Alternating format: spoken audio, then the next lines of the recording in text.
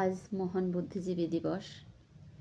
এই দিনে পাকিস্তানি হানাদার বাহিনী তাদের পরাজয় নিশ্চিত জেনে রাজাকার বাহিনীর সহায়তায় সোনার বাংলাকে মেধাশূন্য করার নীল নকশা আঁকে। সে অনুযায়ী 14ই ডিসেম্বর রাতের অন্ধকারে তারা বাংলার সোনার ছেলেদেরকে ঘর থেকে তুলে নিয়ে গিয়ে বীভৎস অত্যাচার করে নির্বিচারে হত্যা করে। সেই সব সোনার ছেলেদের স্মরণ করে আজ একটা কবিতা আবৃত্তি করতে খুব মন চাইল। বহু বছর আমি আবৃত্তির সাথে জড়িত নই।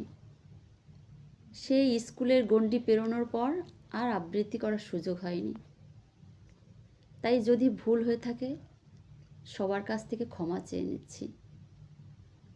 আজ আমি কবি রুদ্র মোহাম্মদ শহীদুল্লাহর লেখা বাতাসে লাশের গন্ধ কবিতাটি আবৃত্তি করার চেষ্টা করব।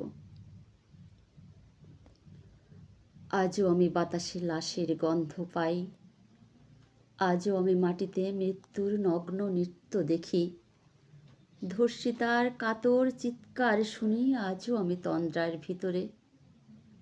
এদেশ কি ভুলে গেছে সেই দুঃস্বপ্নের রাত, সেই রক্তাক্ত সময়?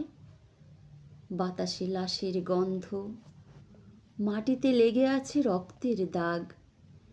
এই রক্ত মাখা মাটির ললাট ছুঁয়ে একদিন যারা বুক বেঁধেছিল জীর্ণ জীবনের পুজে, আজ তারা খুঁজে নেয় নিষিদ্ধ আধার। আজ তারা আলোহীন খাঁচা ভালোবেসে জেগে থাকে রাত্রির গুহায়। স্বাধীনতা এ কি তবে নষ্ট জন্ম? এ কি তবে পিতাহীন জননীর লজ্জার ফসল? জাতির পতাকা খামচে ধরেছে আজ সেই পুরনো শকুন। জাতির পতাকা খামচে ধরেছে আজ সেই পুরনো শকুন। জাতির পতাকা খামচে ধরেছে আজ সেই পুরনো শকুন। বাতাসে লাশের গন্ধ, নিয়ন আলোয় তবু নর্তকীর দেহে দোলে মাংসের তোফান।